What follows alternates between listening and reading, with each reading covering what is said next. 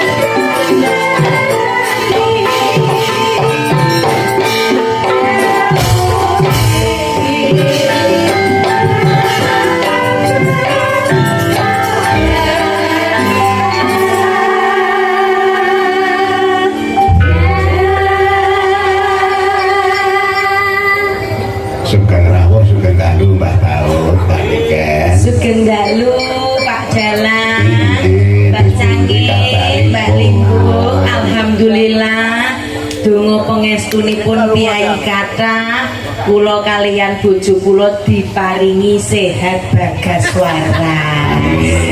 Amin Allahumma amin. Terus pundi kabaripun Pak Jalang sehat? Alhamdulillah ajek. Lho, kok ajek tegesipun? Tegese ajek isih gutang. Ngopo lho Pak jenengan ki Mas? Aku tak nyedak rono lho bareng. Gotang lho kono lho. Hati-hati. Lho ora ya tegese iki nek amit Ya iso bae nyawang kono nyawang kene njuk kowe miur. Ya monggo Pak, jenengan kumat.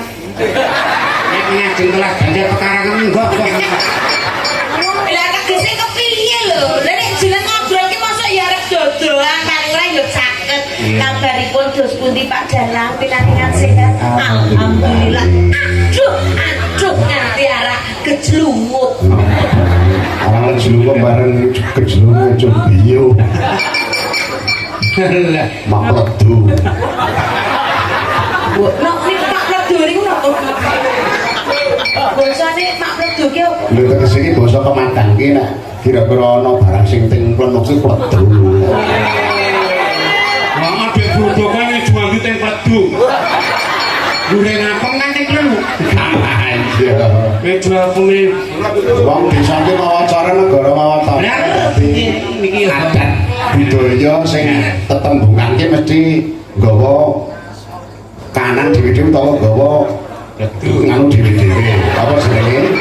Nggawa desa dhewe-dhewe. Dan istiadat. Contohnya kalau Dayak Mengetan iki ra basane basa Pegu. Oh. Nek kepesih ra nganti neh.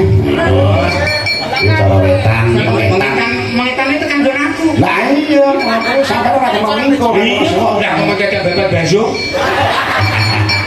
Wis kok kedul ke Ya Pak? anjo. Badhe PT kote. Aku yo gumun kowe. Nek cara karo ngono kuwi, ampun mampir ki juntu-juntu kene. Oke, nanti di dateng daerah Menter I. Nanti semenjang Bener. Enggak tahu enggak. Wong aku Kan tadi tipe markur I. Bukan angin toh Bu. Apa Kowe tanggone sirawe. nek blirik-blirik iki berarti oh kok apa Bu? Ora kowe ora jurusan pertanian. Loh, aku ki jurusan pertanian bagian penyuluhan. Oh, lapangan. Jadi nggon sing menehi apa ya? Pewarah-pewarah. Sing ngomong sapa? Lah penyuluhan kan ngono kuwi to. Nyuluh walang, Pak. Nanti wis banget. Nyulung walang lah kok amit sewu entuke putul. Aku nyuruh malah itu budaya bisa dimplok ya kan. Pak Dalang, saderengipun kula tak ngaturaken uluk salam. Di Bali warga masyarakat untuk Wonosari. Nggih. Piyayine ketuane panitia iku rawuh ten kula dengan kepastian dan harapan yang penuh. Tegese kepiye dijlentrekke. Senadyan iki wektune kadilo pasti celok. Mergane Urane suro. asmane Pak sapa sing tindak? Pak Suntono, Pak Suntono nih. Pak Suntono Pak Tono itu. Mantu yang ngurus. Mangga aku mau diwelingi Mbak. Ripun. Mangga yen wayangan mboten sak pakem iki kok sing limbuane ku sing suwe. Lah nggih mangke nek wayangan ten pakem dikira wae dhewe cukumat. Masa wayangan Lho dhewe tegese iki pakem, iki tegese iki wayang iki mligi. Oh, tak kira oleh wayangan ning pakem lha kok tekane cukumat ta. Boten wong songir kabeh. Ya ngeten Pak, menika ditimbali warga masyarakat alhamdulillah. Derek kula nuwun, derek mangayu Sampeyan iki ngantono puji syukur alhamdulillah. Alhamdulillah. Nggih. Dadi senajan to didadak iki sampean padha karo entuk rezeki mendadak. Ulah nggih Ngeten. Nah iya to. Dadi alhamdulillah matur nuwun warga Kurang 10 dina dibel. Tujine iki ya selo. Ampun sini-sini Mulane iki suro. ampun sini 10 dina pripun to? Lah piye? Seminggu. Malah mudhun. Ning jenenge rezeki kan tidak akan tertukar dan tidak tertakar. Jenenge kesampar pisan. Kudune bengi niki kula teng Sleman. Ning ning kono ki ya tanggapan wayang. ngomong sapa? Timbukan. Tilek putu. Tapi yo trimo sesuk nek golek sangu saka kene iso ulung putu. Tak kira ki tanggapan gaya. Hati itu ya iso dipending lha nek kita sesuk bubar le aku yo. Kok arep kleres-kleres tak selake niki. Sing disuwun, Mbak, mugi kanthi adicara menika merti dusun Wonosari Wonosari. masyarakat mriki tansah pinaringan ayem tata titi tentrem. Pinaringan panjang yuswa, kasembadan apa kang pun jangka, gemah ripah loh jinawi kerta raharja, jumbuh kang ginayuh sembodo kang jinangka, basuki kang kaesti. Semangat kagem warga masyarakat Wonosari. Gak pengen melu nek basuki nek kurang keti. Nek basuki teko kok jantung kuwi mak terat. Tak kepiye ngene lho, iki kan diparingi rezeki. Rezeki ki ora mlulu gur bab dhuwit. Wis utama. Ora mlulu bab dhuwit. Rezeki. Yo lek gak kemo. Ngene Pak. Awak sehat, osek sabar. Rezeki ki ora gur bab dhuwit siji, paringi awak sehat ki wis rezeki yang luar biasa. Sedulur akeh ki rezeki sing luar biasa. Awake dhewe sing kudu sedulur akeh rezeki luar biasa malah wingi mendhiti buang rezeki aku. Ulem teko lunga lho iki. Lho kuwi sing jenenge srawu. Oh iya. Srawu ki ngono. Wong akeh srawu nek ora iso nyrawungi ya cuntel kok. Mulane aku digawe rawani aku. Mergane Aku ora srawu. Aku digawe terima online. Online ki tegese Jadi sewengi aku nungguan HP. ditransfer ora ngono. Wah iki Pak Mendo terus masuk iki aku. Lah iki aku ngono iki. Nggih. Iya mau ngendikane Pak Duko ki anu apa Bu? Pak Duko turune pun nganu sasmitone pun ajeng purna ngoten. Wah beda Pak. Purna ora purna. Pak Duko dhewe purna dhewe. Pak Duko ki kono purna kono kae. Purna Pak Duko iki. Purna lho Pak Purna. Ya udur dadi grup purna ki. Ojo ngeyelke kancaku purna ki. Bocah malah ngeyel. Tegese wis arep purna ki wis arep amit sewu anu pensiun leren. Oh, lha nek kuwi yo mbuh purna leren ora radong. Pensiun Pak Duko jelas purna. Iki bahas Pak Duko kudu bahas si Kang Purna. Kalau aku purna ya cekak ngadem kan purna. Oh iya to. Iya. Alah Pur. Bisa nangani ngono kuwi. Napa Pak nika lagunipun menapa ceket-ceket nggih? Dereng wonten pamundur. Ya ngoten nggih kula si mawon. Kita isih rasa penungsung. Oh, tekoni kok Mas Gadet ya aku ya Aku wis akrab karo sampeyan, kok dikira aku urus sampeyan ora akrab. iya. Tapi dhewe iki tekon iki iya iki lekoni ya kepenak. iya awake dhewe wis ngene. Kene iki tegese kanca. Ngomong sapa? Lah ngene iki Undel terus. ini Mas Gadet. Terus iki biyen yo nganu arep kepiye-kepiye ke wis sing biyen ya wis sing biyen ra aja dibahas ning kene. Iki biyen dikandani bagus Niken iki Mbak Niken iki nek piantun koyo ngene iki alus to mbudi apa iki jenenge piantun iki gabyak semangat. Bagus kowe ndene rezeki tiba. Kowe ku kurang kepiye to ngangkan-ngangkan ini kene ora ngerti seratine. Lho, akene wong iki ya iso ngegol. Aku selindit kok pelit dan aku nyoh. Nek duit tegese. Wah begitu barcap lagi totalan. Bone ning biar kesene aku golek pasaran. Jenenge ya pelit nek kaya ngene jenenge. ayo iki diunggulke tembang. Bawa wong telu arep apa? Ayo ngaturke lagun apa? Krana iki ora ana pamundur, ora sing ngesake lagun. Wis tak pasrahke karo Mbak Niken, Mbak. Iki gaturke podang kuning. Anu podang iki lambang ningrak. Oh. Iya, nek foto iki biasane duwe para resi. Oh ngono. Para wit. Iya. Nek biasane piye luhur iki sing tinggi podang. Podang Oh, kuning. ngono. Dan aku manuk sing bingung sing tak ingat. Apa? Puter. Lho kok iso? Lha kok puter? Berarti sedina iku watur Puter iki manuk sing putih. bar kuwi aku terus ngingu manuk cekel polisi. Kok iso? Bilang tak gawe yo cekel polisi lah kena dilang. Ngerti lah. Berarti aku terus dia manuk meneh sing duwe usaha. Apa? Pleci. Plecet. Oh iya. Terus ngedeke bang pleci. Nyuwun titinganipun. Gamelan rumiyin mangking lajeng ibu. Nadyan wujude mung reci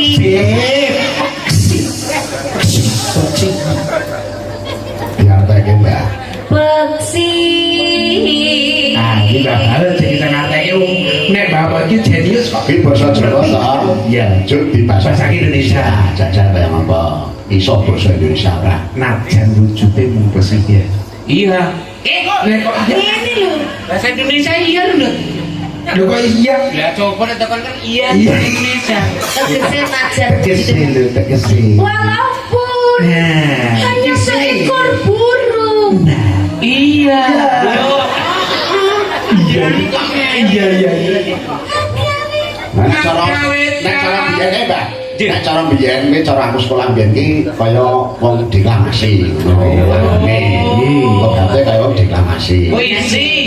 aku juara siji biyen terus aku sing deklamasi aku Aku Jadi kowe sing apa Mbak Baut iki bawane kowe sing menerjemahkan dengan bahasa Indonesia. Lah kowe aku iki ngopo Aku ngabani. Aku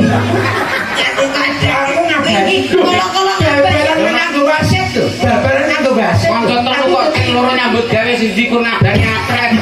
ini ngabari terus Biar gua barang wis penyok. Ah, ini saya mau ngabani kak nih. Iya. Gawe ta lene.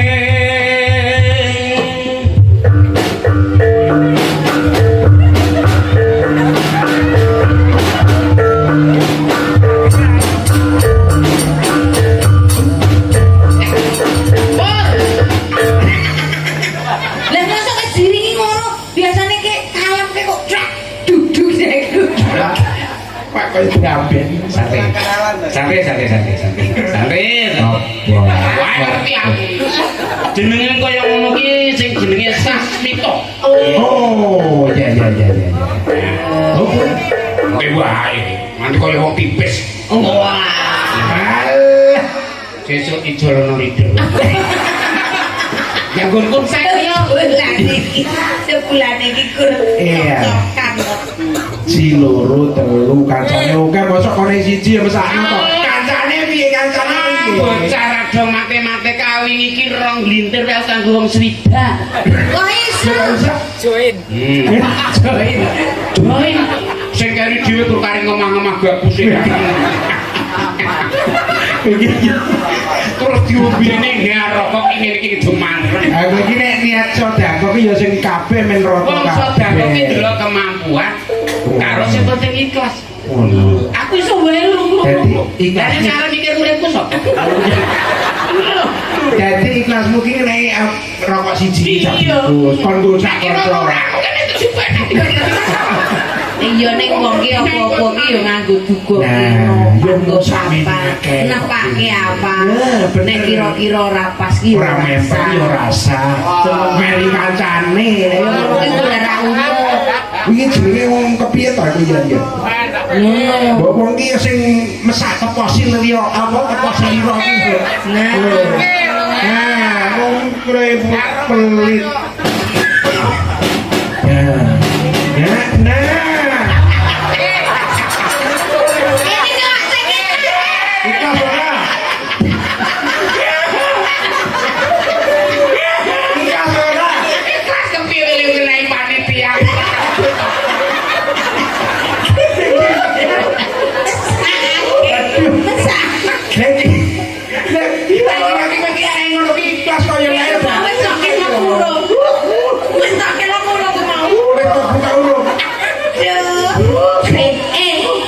siji ora usah diparengke sesuk tak iso nendok ya aja iki dong sakjane kok alus manis tur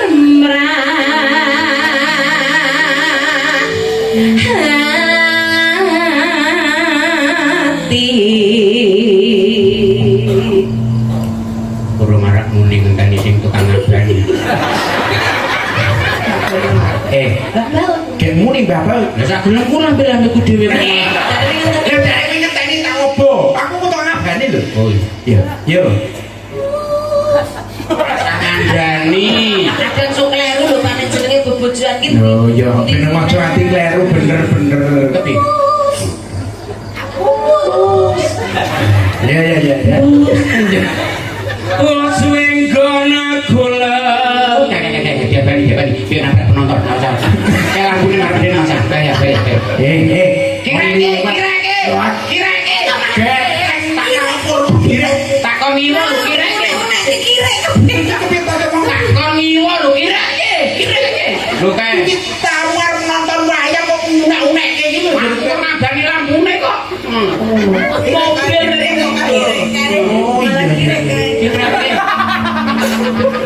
kiri ora kirek ke. Nek sing ora ngerti ra ndrani kuwi malu miso-miso kok. tak aturi nyiwo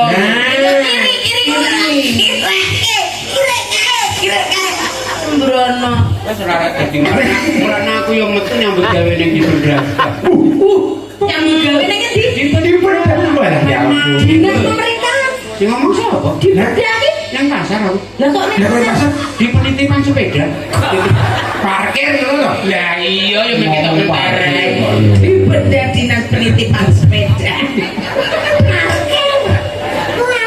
Iya sais kamu lho. parkir aku tau dunau nek gur padahal gur ngilangi sepele Kok iso? bilangnya apa pitik gur ilang pentile lho lah kok iso muring-muring regane pentil piro kok pentile ban ki ora nek pentile yo Ya, gede lah kan larang banget gur pentile ilang kok nesu-nesu kok tuku ban kuat kok tuku pentil muring-muring aku ngono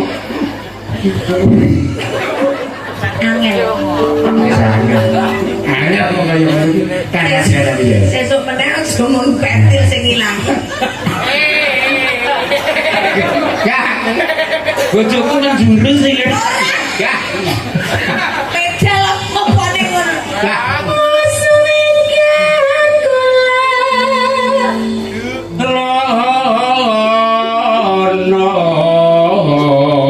golek isi podang jenah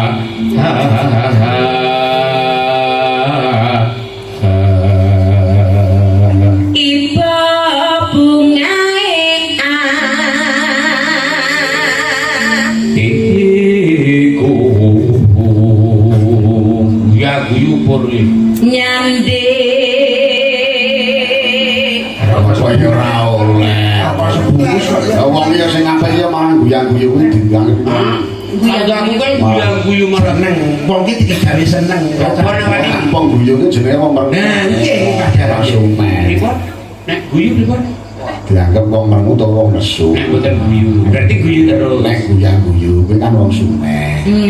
Berarti sing liwat ngarepan iki kuwi wong Sumeh. Lah kok iso? Lah sedawane iki kuwi guyen. Ono piyayi kok Sumeh kaya ngono. ya beda, guyune beda. Dalan-dalan guyu ki tegese Oh, kayak gitu dasare khas. nyande bisa dadi